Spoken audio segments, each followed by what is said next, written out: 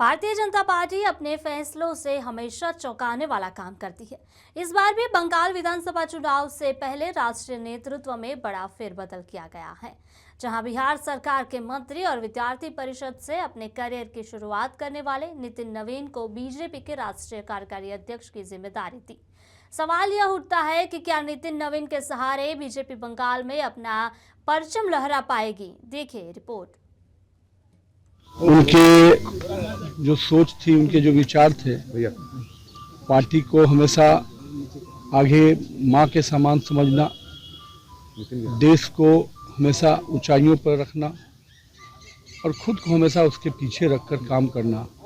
मेरा मानना है कि पार्टी के उस ध्येय को, पिताजी के उस सोच को हम लोगों ने प्रयास किया कि उस ध्येय से काम करें और पार्टी ने उसी का आशीर्वाद दिया है।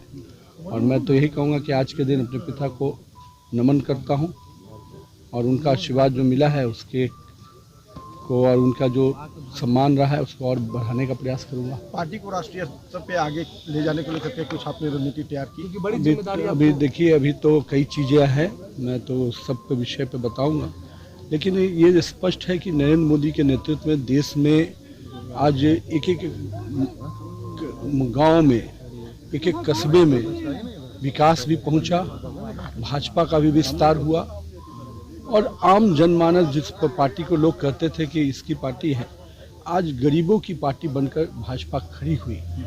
दरअसल आपको बता दें कि 2026 के अप्रैल या मई माह में बंगाल में विधानसभा का चुनाव है, जहां पर अभी तृणमूल कांग्रेस की सरकार पिछले कई सालों से है।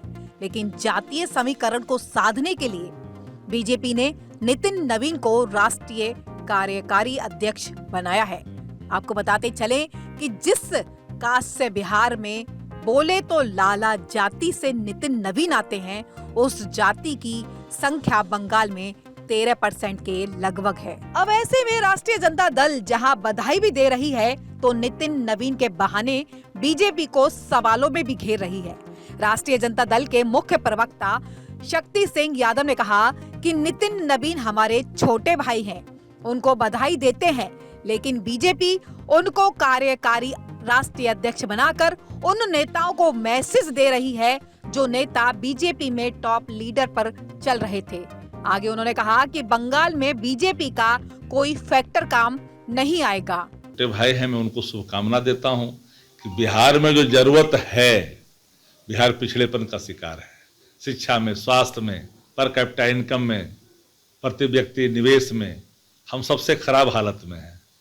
तो अभी जरूरत है, खजाना की हालत ठीक नहीं है, तो अभी तो प्रधानमंत्री जी के सामने वो बैठेंगे, 5-7 लाख करोड़ अनुदान दिला देंगे बिहार को, तो बिहार आगे बढ़ेगा, आगे बढ़ावे बिहार को।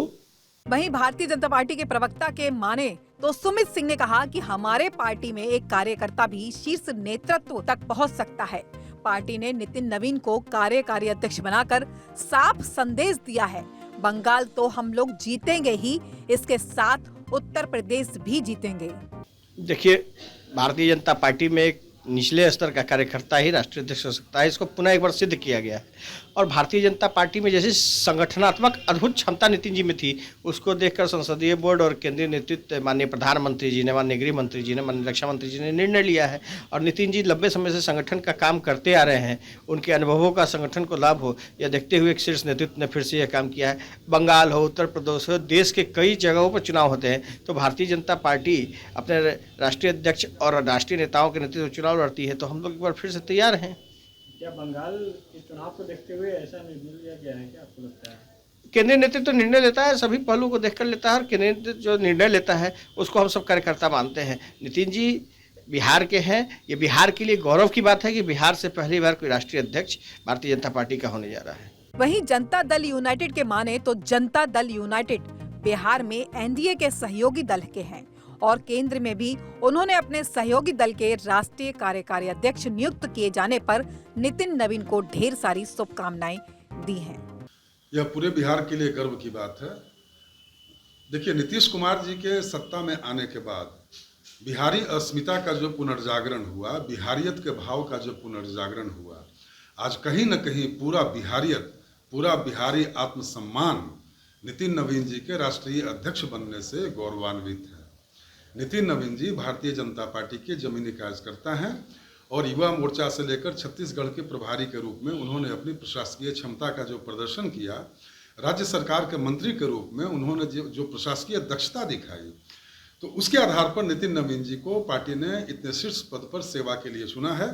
और मेरी ओर से और पार्टी की ओर से नितिन नवीन जी को नए पद और नए दायित्व के लिए हार्दिक बधाई।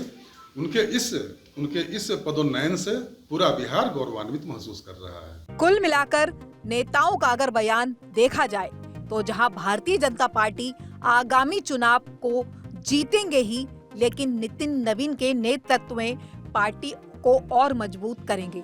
वहीं राष्ट्रीय जनता दल लगातार सवाल उठा रही है। अब सवाल यह भी उठता है कि क्या नितिन नवीन बीजेपी के लिए बंगाल में विजय का संकल्प बनेंगे? पटना से विवेक रंजन की रिपोर्ट। बात करें राम मंदिर आंदोलन के प्रमुख सूत्रधार और अयोध्या से पूर्व सांसद डॉक्टर रामविलास दास वेदांती का निधन हो गया है। उन्होंने मध्य प्रदेश के रीवा में इलाज के दौरान अंतिम सांस ली। उनके निधन की खबर मिलते ही अयोध्या सहित पूरे संत समाज और राजनीतिक जगत में शोक की लहर दौड़ गई है। जानकारी अनुसार डॉक्टर रामविलास दास वेदांती मध्य प्रदेश के रीवा जनपद में प्रवास पर थे। इसी दौरान अचानक उनकी तबीयत बिगड़ी और उसके बाद उन्हें तत्काल अस्पताल में भर्ती कराया गया।